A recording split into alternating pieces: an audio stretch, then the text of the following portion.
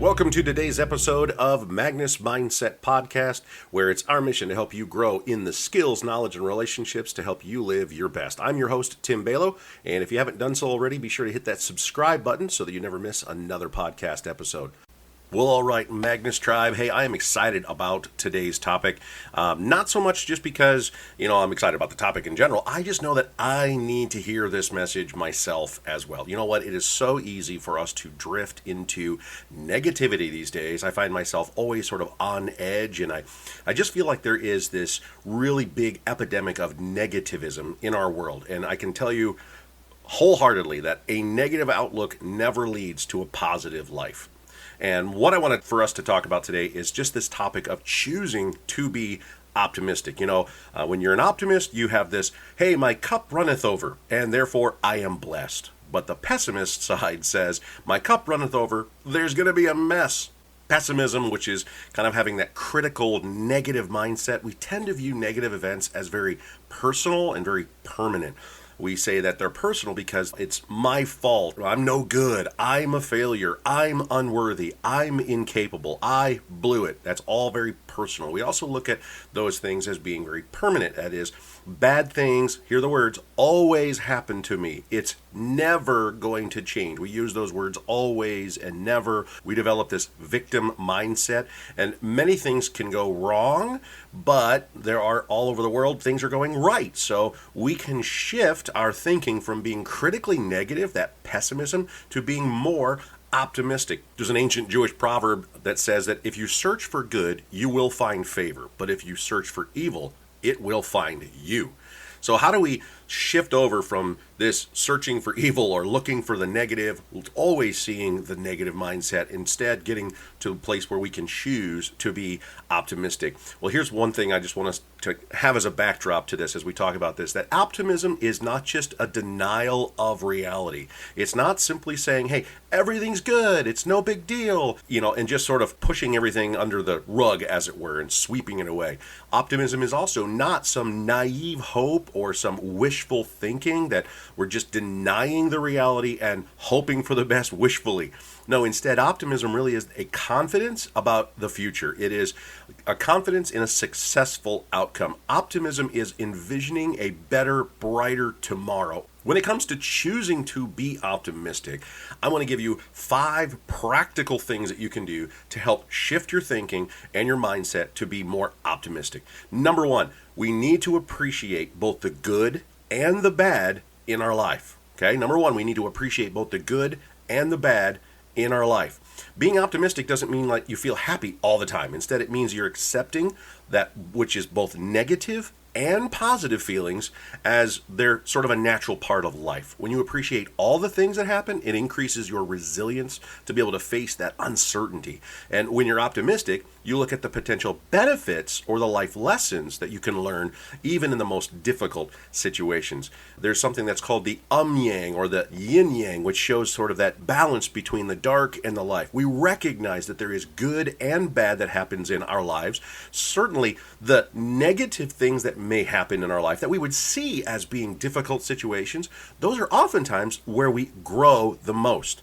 And here's what we can recognize, that we cannot grow without change. Yes, we would like to see all the positive things happen in our lives, but we also have to appreciate the negative things that may happen in our life, those difficult circumstances, but the lessons that we can learn by sort of what we talk about failing forward.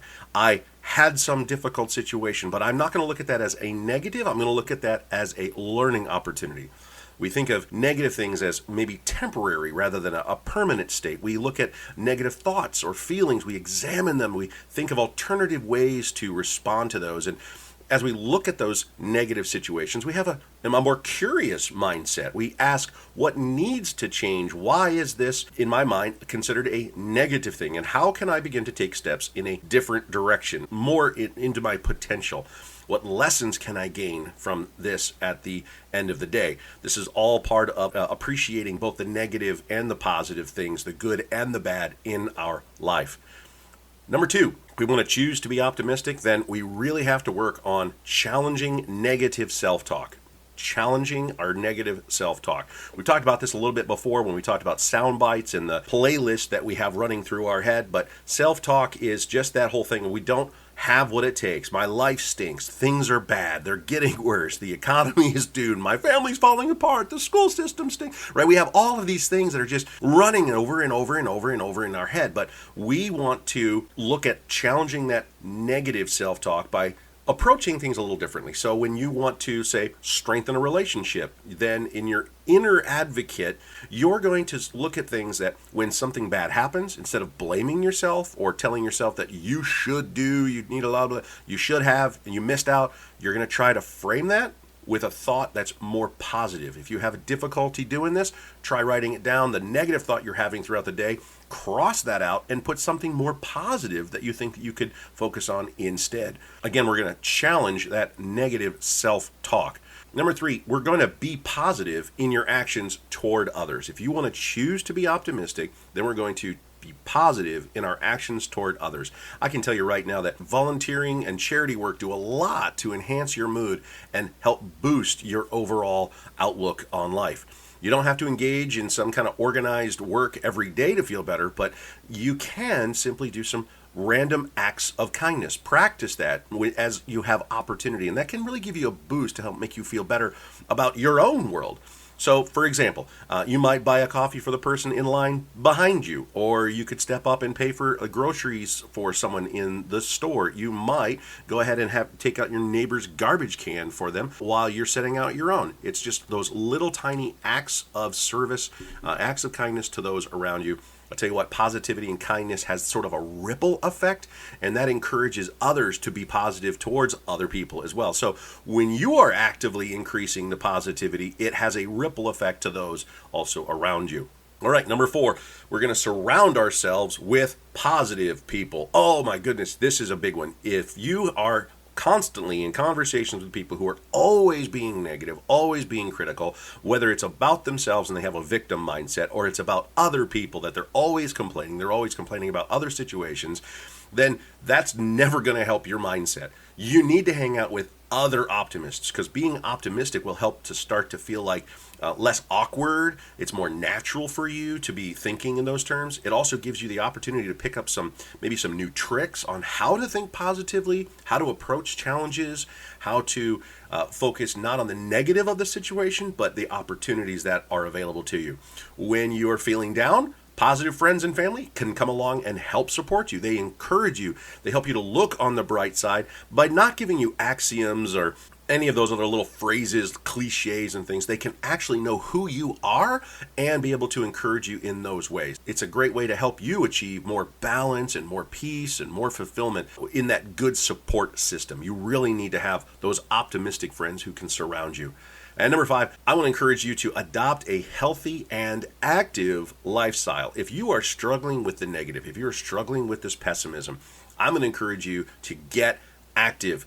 Choose healthy. You know that exercise can actually boost your mood and reduce stress. So aim to be physical for maybe about 30 minutes a day if you're not doing anything right now. You can always break that up into smaller chunks, so 5-10 minutes. I can tell you that in the natural rhythm of life, many of our body systems operate in sort of a 90-minute cycle. So if you have been working on a project for 90 minutes and you've been sitting down that whole time, might be time to get up, move around, do some other things, especially if you find yourself at either like a creative block, you're not being able to get the energy that you want into this project, or simply just to take a break from what it is that you're working on, something that's maybe stressful. So break those things into like 5 or 10 minute chunks and it'll work better for you. So the important thing is that you're getting out there, you're being active, you're taking care of your body. So for example, you might choose to take a 10-minute walk after maybe every meal, or at least if you're not doing anything right now, get started by taking that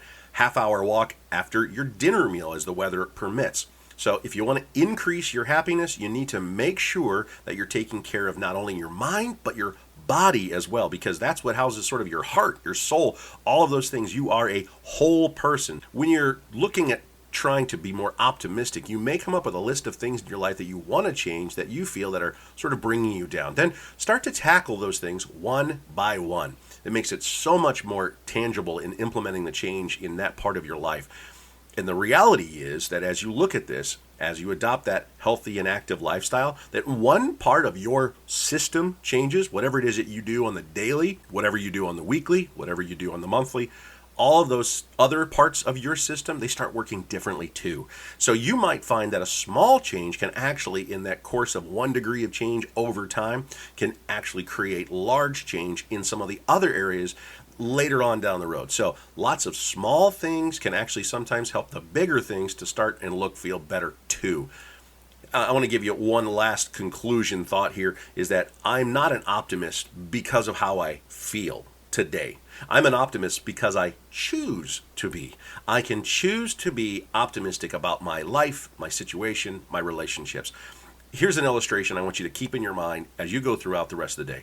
I often use this as we talk with our family and remind myself that there are 2 different kinds of birds here in Michigan. We have the vulture. The vulture is always looking for the dead. The vulture, as we have turkey vultures, they're a huge bird, but they are always looking for the rot, the decay, the roadkill. Or our favorite, and we have feeders out for these guys. We don't have feeders for vultures in our yard. We do have feeders for hummingbirds. Hummingbirds are always looking for that bright flower, the nectar, the sweet goodness that they need for nourishment. And I want to encourage you that rather than being a vulture that is always looking for the negative, always looking for the rot, the dead, the roadkill, change your mindset to be that of a hummingbird, always looking for the bright, colorful, sweet nectar, and talk about that and remind yourself that the world can be a beautiful place as we choose to be optimistic because we are warriors. If you enjoyed this podcast, make sure that you share it with a friend. Again, remember to click subscribe so you don't miss out on any of the episodes of this podcast. Thanks so much for listening, and we'll see you next time.